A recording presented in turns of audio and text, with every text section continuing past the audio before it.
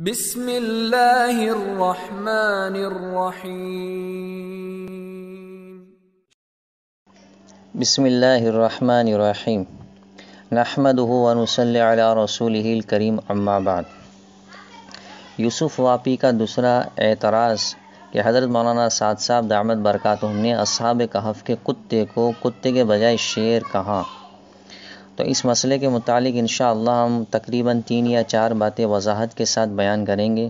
سب سے پہلی بات یہ کہ اصحاب کہف کے کتے کو حضرت مولانا سعد صاحب نے کتے کے بجائے شیر کہنے کی کیا وجہ پیش آئی۔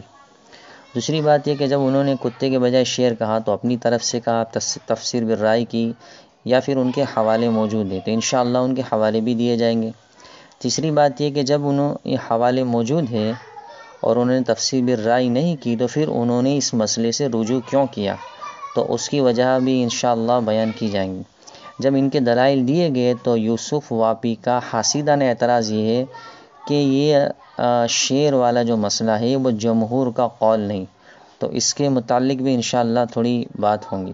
سب سے اول بات یہ کہ مولانا سعد صاحب دامت برکاتہم نے اصحاب کہف کے کتے کو جو شیر کہا تو ان کی کہنے کی منشا امت کو کتے اور شیر کے اندر الجھن میں ڈالنا نہیں تھا، ان کا کہنے کا مفہوم الگ تھا، اور بعض شریر اور فتین لوگوں نے ان کی باتوں کو امت کے اندر غلط شیئر کیا۔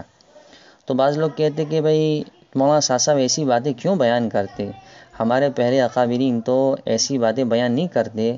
تو ان کا جواب یہ کہ ان کی وہ اتنا مطالعہ نہیں ہے مولانا الیاس صاحب رحمۃ اللہ کے بیانات اور ان کے ملفوظات، اور مولانا یوسف صاحب رحمۃ اللہ علیہ کے بیانات، ان کے مکتوبات، مولانا سعید احمد خان صاحب رحمۃ اللہ مکتوبات، ان کا گہرا مطالعہ نہیں ہے۔ ان کے بیانوں کے اندر بھی بہت ساری باتیں ایسی تھی، جیسے موسیٰ علیہ السلام کا بیان، اور 2 شرمگاہوں کا ملنا، اور قرآن پر اجرت لینے کی بات، یہ باتیں مولانا یوسف صاحب رحمۃ اللہ کے 6 جلدوں میں بیانات جو مواعظ موجود ہے اس میں ہے۔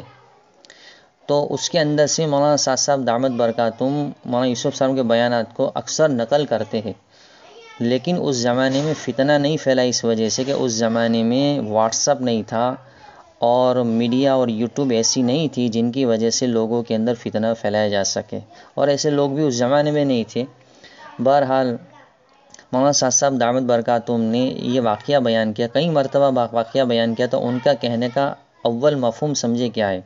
جیسے اصحاب کہف وہ بیان کرتے ہوئے جس کا مفہوم تقریباً کہ اصحاب کہف تقریباً 7 تھے 9 تھے واللہ عالم جتنے بھی تھے، تو ایک جماعت اپنے ایمان کے تحفظ کے لیے نکلی، تو وہ ظالم بادشاہ نے ان کے پیچھے ایک جماعت بھیج دی، تو جو جماعت تھی وہ اپنے حفاظت کے لیے غار میں پناہ لی، غار میں گئے اندر، اور وہاں اللہ تعالیٰ نے ان کو سلا دیا، 309 سال تک سلا دیا، کھانا پینا پیشاب پاخانہ سب بند۔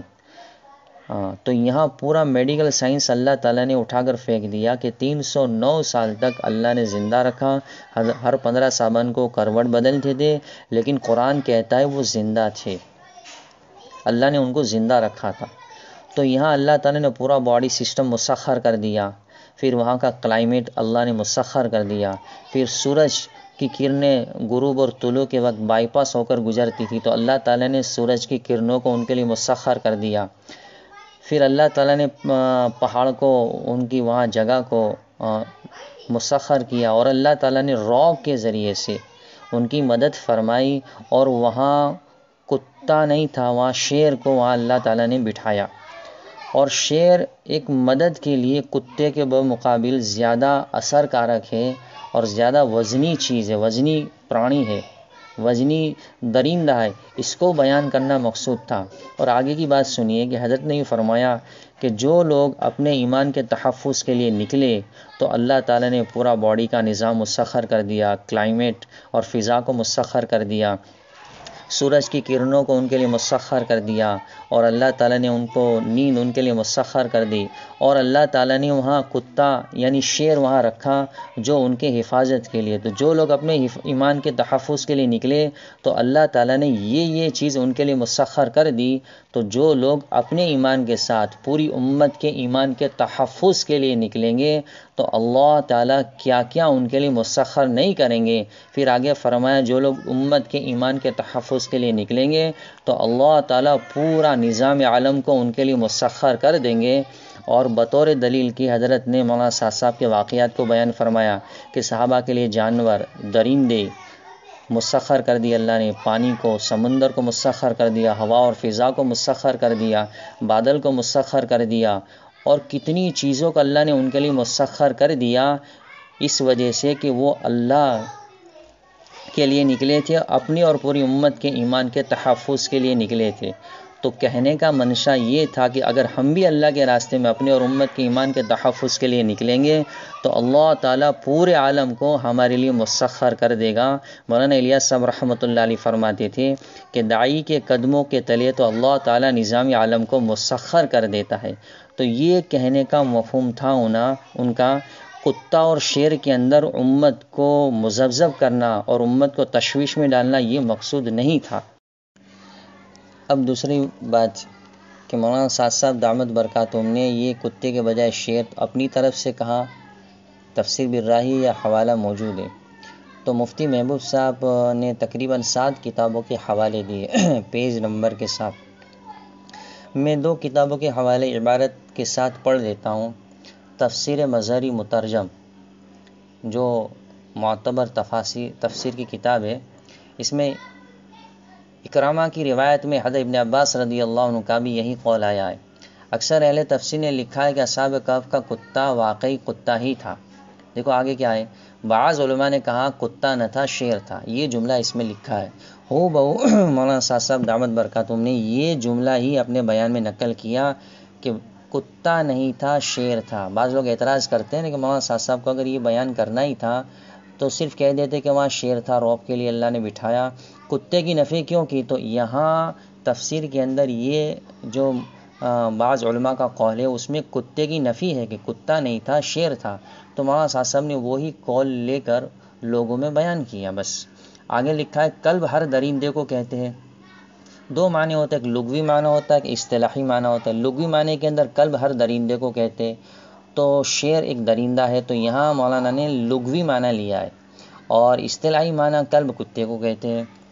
تو آگے فرمایا لکھا ہے رسول اللہ صلی اللہ علیہ وسلم نے عتبہ بن ابی لہب کو بددعا دی تھی اور فرمایا تھا الہی اپنے کسی کلب کو اس پر مسلط فرما. بددعا قبول ہوئی، عتبہ کو شیر نے پھاڑ کھایا. یہ دلیل دی ہے اس کے اندر. جو بعض علماء کا جو قول ہے کتا نہیں تھا شیر، تو اپنے جو قول ہے اس کی دلیل یہ بیان کی. اب تفسیر بغوی وَكَلْبُهُمْ بَاسِطٌ ذِرَاعِهِ بِالْوَصِيدِ. اہل تفسیر کا قول یہ ہے کہ وہ کہف والوں کا کتا ہی تھا جو اسی جنس کتا میں شامل ہو. ابن جریح نے کہا کہ وہ کتا نہیں تھا، وہ شیر تھا، یا شیر کو کتا کہہ دیا، جیسا کہ نبی کریم صلی اللہ علیہ وسلم نے عتبہ بن ابی لہب کو بددعا دیتے ہوئے کہا تھا کہ الہی اپنے کتوں میں سے اس پر کوئی کتا مسلط کر دے. پھر عتبہ کو شیر نے پھاڑ دیا تھا. پہلا قول مشہور ہے، اگرچہ پہلا قول جمہور کا قول ہے، لیکن یہ دوسرا قول اس کے اندر کتابوں میں موجود ہے. یعنی کتابوں کے اندر موجود ہے تو اس کو تفسیر بالرائے نہیں کہہ سکتے. تفسیر بالرائے اس وقت کہیں گے جب مولانا سعد صاحب نے ایسی بات کہی جو تفاسیر میں موجود نہ ہو، کسی تفسیر میں موجود نہ ہو، تب اس وقت تفسیر بالرائے کہیں گے. تو مولانا سعد صاحب پر تفسیر بالرائے کا تہمت لگانا یہ غلط ہے، یہ صحیح نہیں ہے. کتابوں کے اندر یہ قول موجود ہے. اب تیسری بات یہ ہے کہ جب یہ حوالے کتابوں کے اندر موجود ہے تو حضرت مولانا سعد صاحب دامت برکاتہم نے اپنے اس شیر والے مسئلے سے رجوع کیوں کیا؟ تو اس کا جواب یہ کہ جب حضرت کو پتہ چلا کہ امت کے اندر شیر اور کتے کے معاملے میں اختلاف اور انتشار ہو رہا ہے، لوگ مذبذب ہو رہے ہیں، جو بات کہنے کا منشا تھا اس کے بجائے دوسری پٹری پر لوگ جا رہے ہیں، تو حضرت نے امت کو اختلاف سے بچانے کے لیے اپنی بات سے رجوع کر لیا. یعنی یہ ان کی تواضع ہے. ان کو ہرگز یہ منشا نہیں تھا کہ امت کے اندر اختلاف پیدا کرنا، نئی چیزیں رائج کرنا. اگر یہ بات ان کی مقصود ہوتی تو وہ اپنے مسئلے سے رجوع کیوں کرتے؟ حالانکہ کتابوں کے اندر حوالے موجود ہے، تفسیر بالرائے بھی نہیں ہے. پھر بھی حضرت نے فرمایا کہ بھئی جمہور کا قول کتا ہے تو میں بھی شیر والے مسئلے سے رجوع کرتا اور میں بھی کہتا ہوں کہ بھائی اصحاب کہف کا کتا ہی تھا. تو ہمیں تو خوشی ہونی چاہیے کہ حضرت کی تواضع ہے.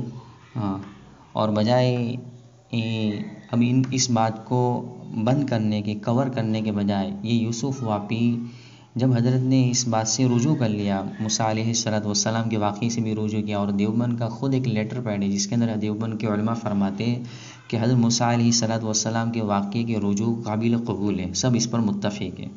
اور یہ اصحاب کہف کے کتے کے متعلق بھی حضرت نے رجوع کر لیا. تو جب ایک آدمی رجوع کرتا ہے یعنی توبہ کرتا ہے، اپنی بات پر لوٹ آتا ہے، تو پھر ہم کون ہوتے ہیں کہ خدا کے فیصلوں کو اپنے ہاتھ میں لینے والے. یعنی ایک آدمی نے مان لو گناہ کیا، اپنی بات سے رجوع کرتا ہے، تو اس کا اور اللہ کا معاملہ ہے، بس بات ختم ہو گئی. تو پھر اس کو مزید امت کے انتشار پھیلانا اور ایک آدمی کے رجوع کرنے کے بعد بھی لوگوں کے اندر پھیلانا، یہ اختلاف نہیں، یہ مخالفت ہے اور یہ فساد برپا کرنا ہے. تو یہ شورا حضرات اور یوسف واپی، یہ چند حضرات کا کام ہی یہ ہے کہ رجوع کرنے کے بعد بھی اس کو آگ لگانا امت کے اندر، اور امت کے اندر انتشار کو اور مزید بھڑکانا. بہرحال اللہ تعالیٰ میں صحیح سمجھ عطا فرمائے. جب یوسف واپی کو یہ دلائل دیے گئے تو آخر میں اس نے حاسدہ نے اعتراض یہ کیا کہ شیر کا جو قول ہے وہ جمہور کے خلاف ہے. یعنی جمہور جس بات پر امت کے ابتدا سے لے کر اب تک کہ امت کا اکثر علماء کا طبقہ جس بات پر متفق ہو اس کو جمہور کا قول کہتے ہیں. لیکن ابتدا سے لے کر انتہا تک، یہاں تک بہت ساری باتوں کے اندر جس کے اندر امت کے اندر الگ الگ اقوال ملتے ہیں، راجح اور مرجوح قول ملتے ہیں. تو کوئی آدمی اگر کوئی ایسی بات نقل کرے جو جمہور سے ہٹ کر ہو، لیکن اس کے پاس کوئی مضبوط دلیل ہو، مضبوط حوالہ ہو، تو پھر اس نقل کرنے والے پر گمراہی کا فتویٰ نہیں لگا سکتے. ایک بات. دوسری بات یہ کہ اگر ہم مولانا سعد صاحب پر اعتراض کریں کہ تو آپ نے جمہور کے خلاف قول کیوں نقل کیا، تو ہمارا انڈائریکٹلی اعتراض ان تمام تصانیف پر جو مصنفین نے لکھی ہے ان پر اعتراض ہوگا کہ آپ نے اس کتابوں کے اندر ایسے اقوال کیوں نقل کیے جو جمہور کے خلاف ہے. اور پھر مزید وہ جہاں سے یہ کتابیں چھپتی ہے اور جن کتب خانوں میں کتاب ملتی ہے ان تمام پر ہمارے اعتراضات ہوں گے کہ ایسی کتابیں جن کے جمہور کے علاوہ اقوال نقل کیے گئے، ایسی کتابیں آپ کیوں شائع کرتے. تو پھر آگے وہ یوں کہتا ہے کہ مصنفین نے جو قرآن کی تفسیریں لکھی ہے تو اس کے اندر اس آیت کے ذیل میں جتنے اقوال آئیں گے راجح اور مرجوح تمام اقوال نقل کیے جائیں گے. تو یہاں مولانا سعد صاحب کوئی قرآن کی تفسیر بیان کرنے نہیں بیٹھے، بلکہ وہ اپنی بات، اپنے موضوع بیان کرنے میں قرآن کی جو آیت آتی ہے اس کے حسب ذیل جو ان کے پاس کبھی قول ہوتا ہے وہ قول نقل کرتے. اکثر مولانا سعد صاحب دامت برکاتہم جمہور کے قائل ہے اور جمہور کے اقوال ہی نقل کرتے ہیں.